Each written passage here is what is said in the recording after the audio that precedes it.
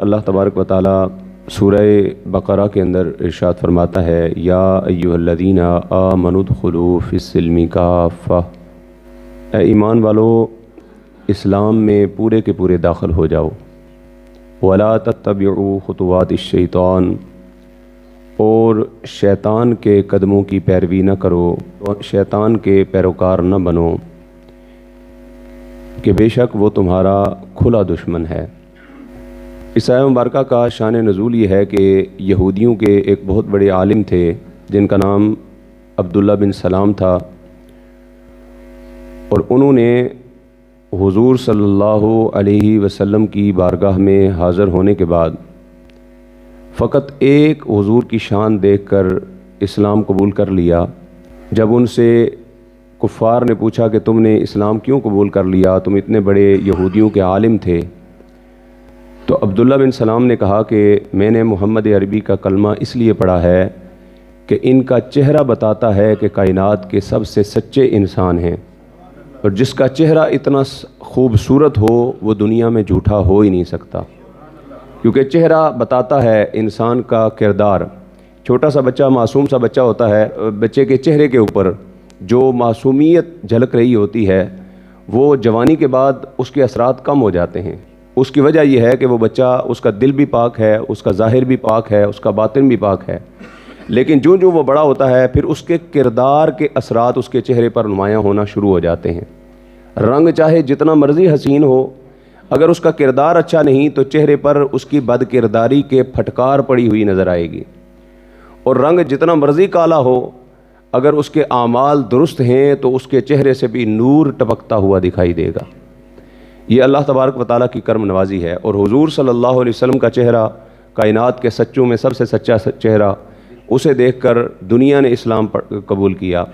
تو عبداللہ بن سلام نے جب اسلام قبول کر لیا تو چونکہ یہ یہودیوں کے بہت بڑے عالم تھے، اور یہودی وہ قوم ہیں جو حضرت موسیٰ علیہ السلام کے ماننے والے تھے، یہ اہل کتاب میں شامل ہیں، تو یہ موسیٰ علیہ السلام کی شریعت کی پیروی کرتے تھے، اور موسیٰ علیہ السلام کی شریعت کا ایک قانون تھا کہ موسیٰ علیہ السلام کی امت اونٹ کا گوشت بھی نہیں کھا سکتی تھی اور اونٹ کا دودھ بھی نہیں پی سکتی تھی، یعنی موسیٰ علیہ السلام کی امت کے لیے اونٹ کا گوشت اور دودھ دونوں حرام قرار دے دیے گئے تھے۔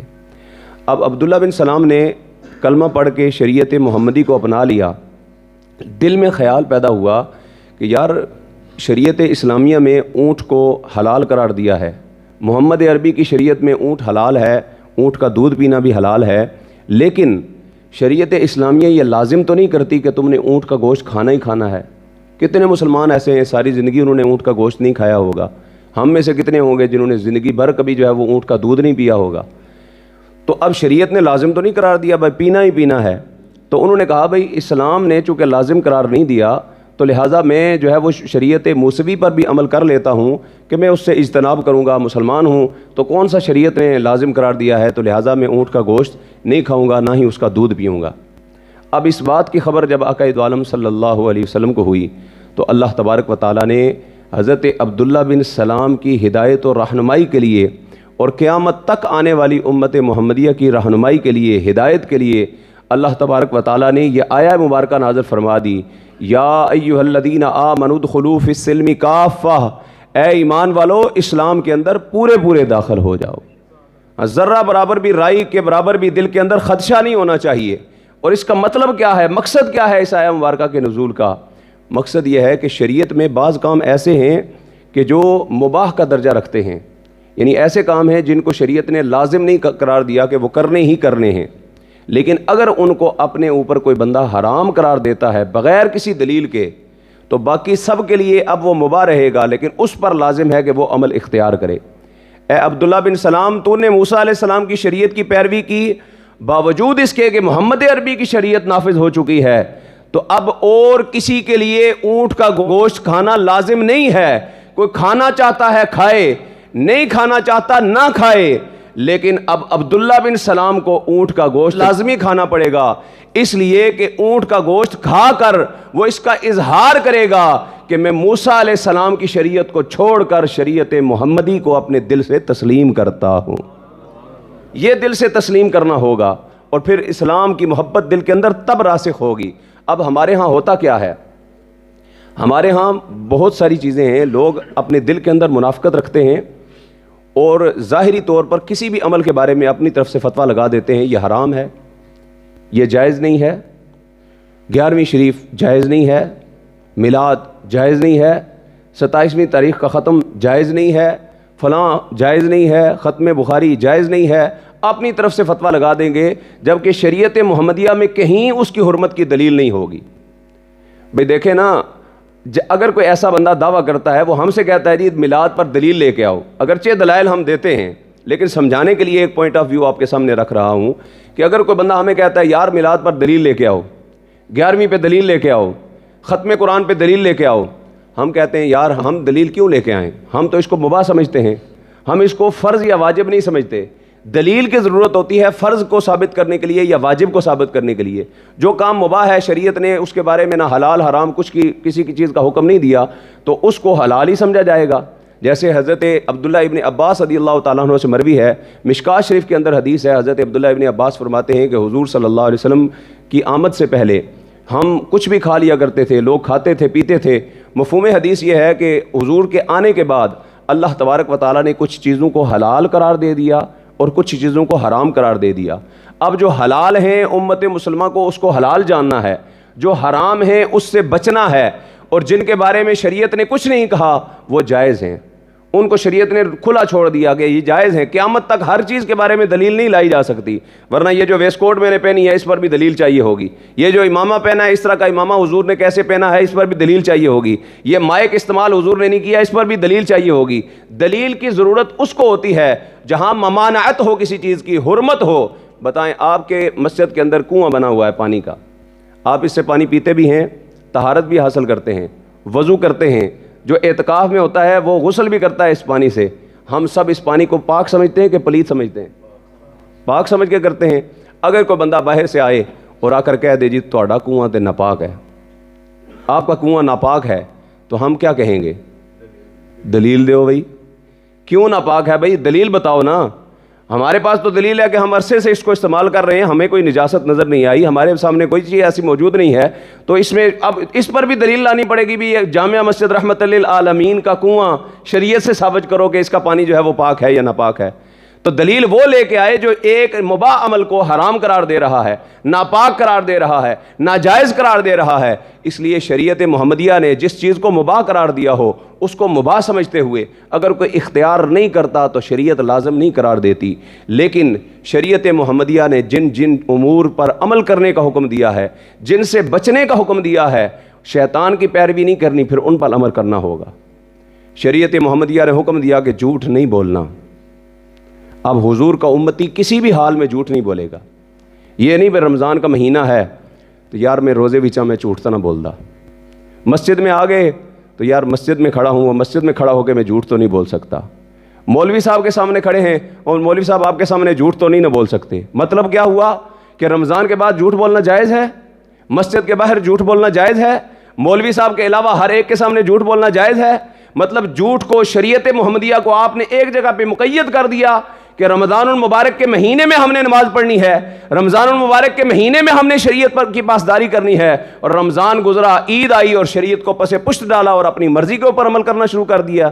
نا نا نا نا، یا ایھا الذین آمنوا ادخلوا فی السلم کافہ، اے ایمان والو حضور کی شریعت کے اندر پورے پورے داخل ہو جاؤ، دن ہو یا رات ہو، رمضان ہو یا شوال ہو، ہر مہینے میں، ہر لمحے میں، ہر لحظے میں، زندگی کی ہر سانس میں شریعت محمدیہ پر عمل کرنا ضروری ہو گیا۔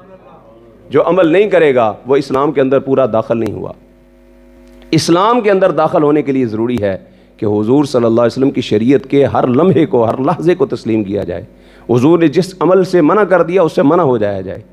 اور یہ منافقانہ طرز عمل ہے، مسجد ہی کھلوتے ہیں جی میں جھوٹ تو نہ بول سکتا، مطلب بازار میں کھڑے ہو کے تم جھوٹ بولنا شروع کر دو گے، کہتے نہیں اندر سے بندے کا پاک ہونا ضروری ہے جی، اندر سے بندہ ٹھیک ہو، اندر سے ٹھیک ہو مطلب ایک ڈبیا کے اندر آپ زہر ڈالیں اور اس کے اوپر لیبل لگا دیں جی اوریجنل شہد ہے جی، اوریجنل ہنی، آپ اس کے اوپر لکھ کر لیبل لگا کے اس کو بیچنا شروع کر دیں گے۔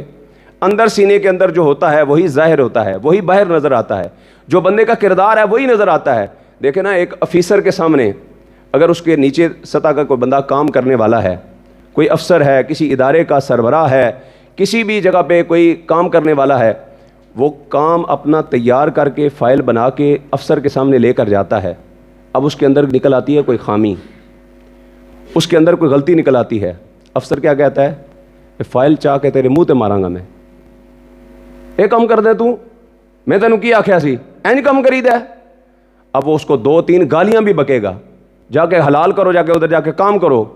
ٹیچر اسٹوڈنٹ نے کام نہیں کیا تو کاپی اٹھا کے اس کے منہ پہ مارے گا، تینوں میں کیا کیسی بھائی اے لکھ کے لے آنا ہے، اور تم نے کیا کیا.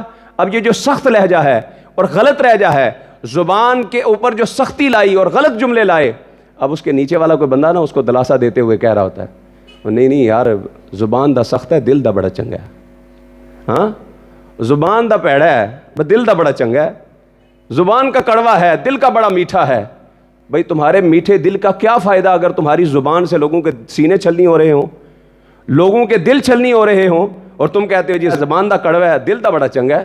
بھائی تمہارے اس چنگے دل کو کرنا کیا ہے اگر دنیا والوں کا تم دل دکھاؤ اور امت محمدیہ کے یا انسانیت کے تم کام نہ ہو، ان کو تم ذلیل و رسوا کر دو، اور تمہارے اس اچھے دل کو تم نے کیا کرنا ہے؟ قبر کے اندر لے جا کر کیڑوں کو کھلانا ہے.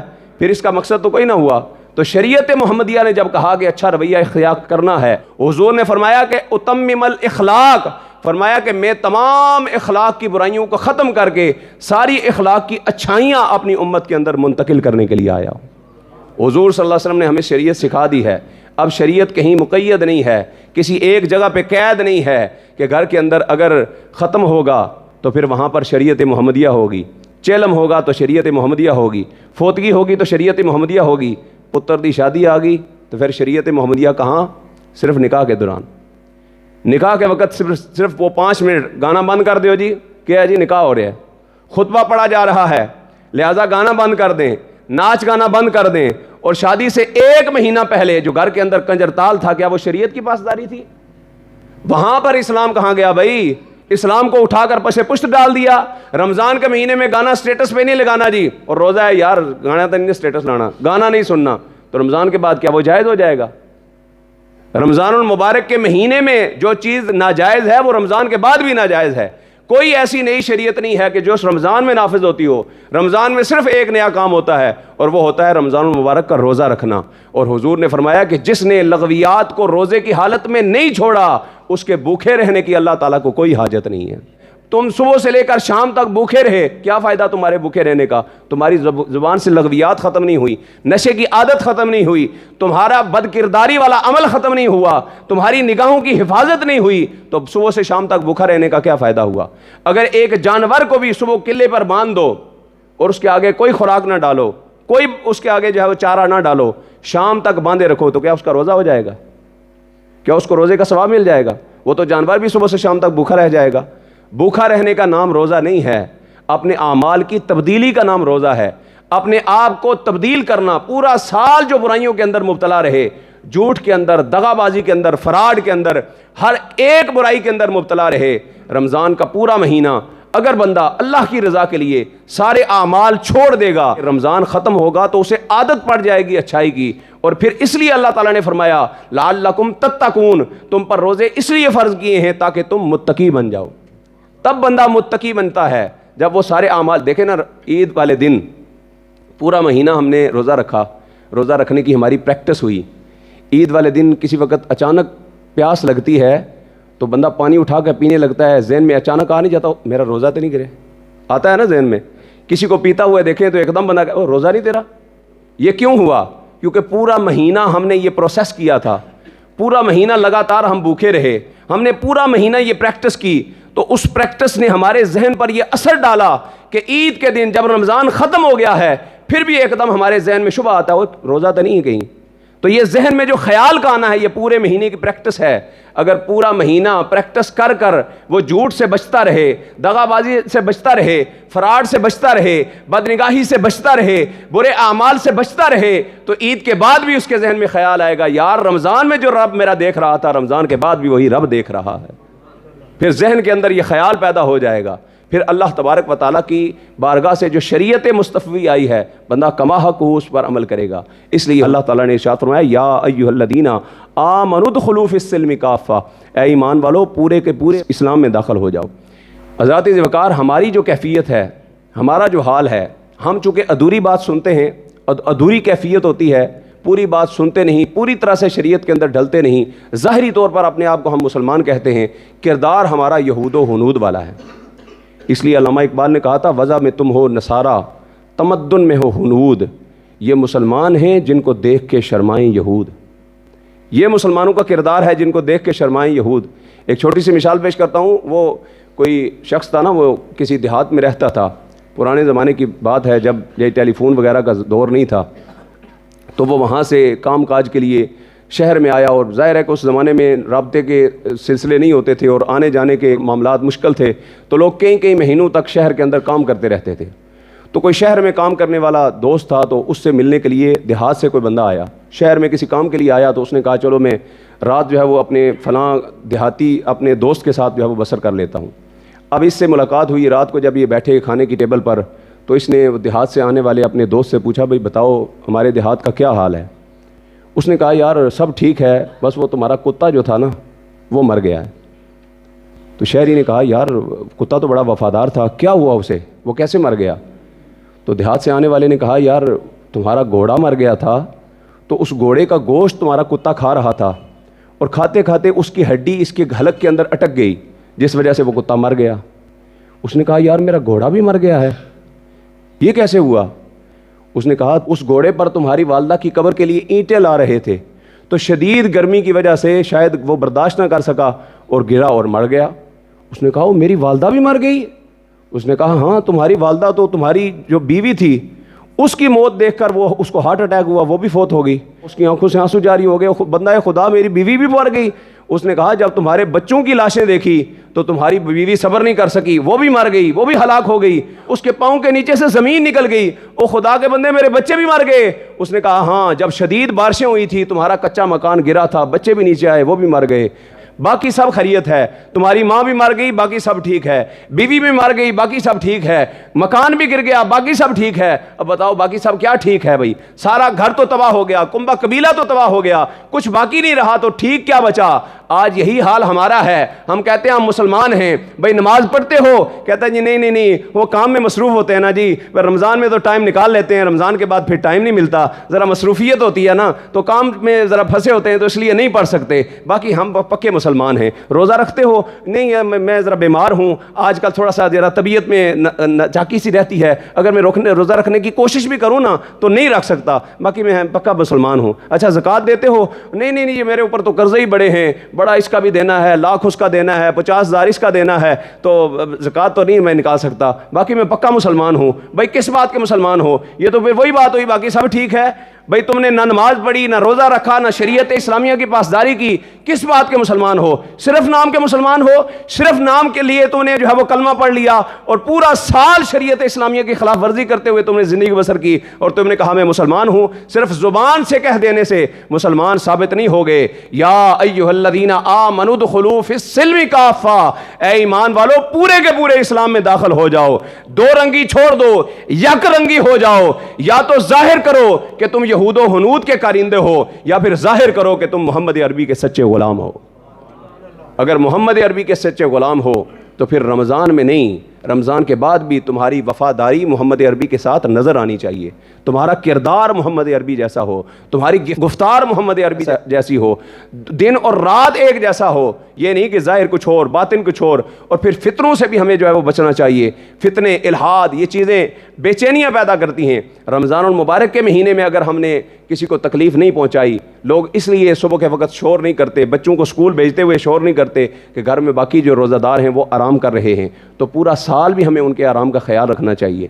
اگر رمضان میں ہم نے ان کے نیند میں خلل ڈالنے سے ہم بچے، بھائی روزہ رکھ کے ستے ہوئے نے انہوں نے روزہ گزارنا ہے، تو رمضان المبارک کے بعد جب شادی ہو پتر کی تو گلی میں لا کے ڈھول بجانا شروع کر دو۔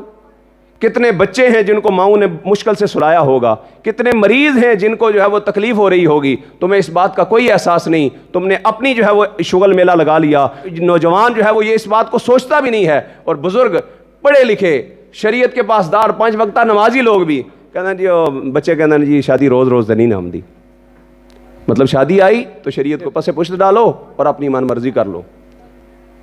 شادی روز روز نہیں آتی تو شادی شریعت کے مطابق تو ہونی چاہیے، یہ روز روز تو نہیں آتی، جو روز روز کام نہ ہو وہ شریعت کے مطابق ہونا چاہیے۔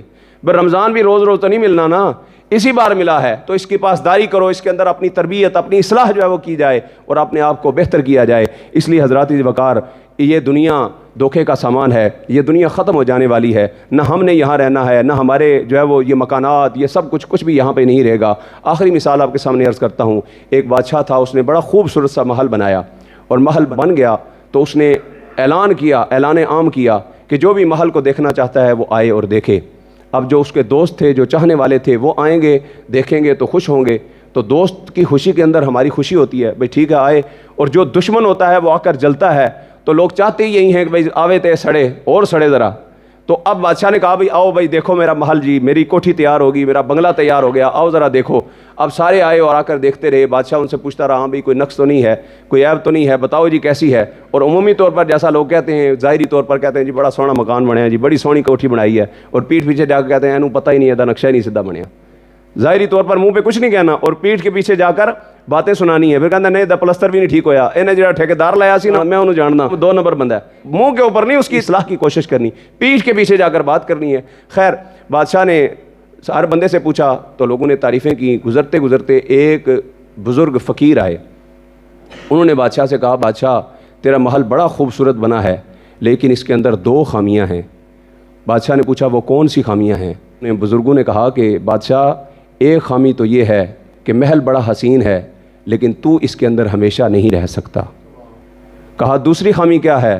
پہلی تو یہ ہے کہ تو اس محل میں ہمیشہ نہیں رہ سکتا، اور دوسری یہ ہے کہ یہ محل بھی ہمیشہ نہیں رہ سکتا، تو بھی فنا ہو جائے گا، یہ محل بھی فنا ہو جائے گا۔ اس لیے حضرات وقار، نہ ہم نے یہاں سدا رہنا ہے، نہ ہمارے کوٹھیاں، بنگلے، گاڑیاں، ان تمام جائیدادوں نے یہاں پر رہنا ہے، ہم نے بھی فنا ہو جانا ہے، اور ہمارے بعد آنے والی نسلیں بھی فنا ہوں گی، کیونکہ قیامت متحقق ہے۔ یہ اسلام کا بنیادی عقیدہ ہے کہ قیامت آئے گی، لازماً آئے گی، اور ہم سے پہلے کئی 100 سال زندگیاں گزارنے والے لوگ اپنی جسامت کے اعتبار سے مضبوط، وہ قومیں جو پہاڑوں کو تراش کر ان کے اندر جو ہے وہ اپنے مکانات بنا لیا کرتے تھے، اور کئی 100 سال انہوں نے عمر پائی ہے۔ جب وہ دنیا سے رخصت ہو گئے کہ ہم نے سدا رہنا ہے یہاں پہ، جب وہ باقی نہیں رہے تو ہم نے رہنا ہے؟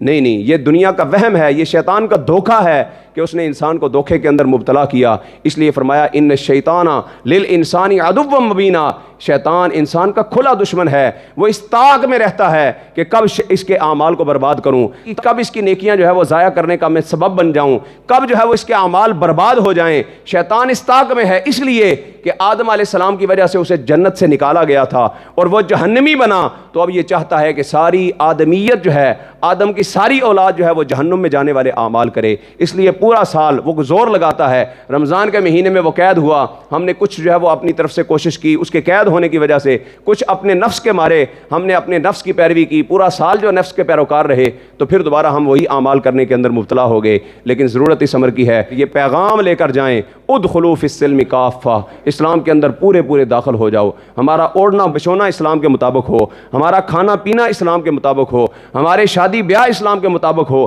ہماری فوتگی اسلام کے مطابق، بچوں کی پیدائش اسلام کے مطابق، پیدائش سے لے کر مرنے تک ہر معاملہ جو ہے وہ اسلام کے مطابق ہو، تب ہم اسلام کے اندر پورے داخل ہوں گے۔ اللہ تبارک و تعالی ہمیں عمل کرنے کی توفیق عطا فرمائے۔ وآخر دعوانا ان الحمد للہ۔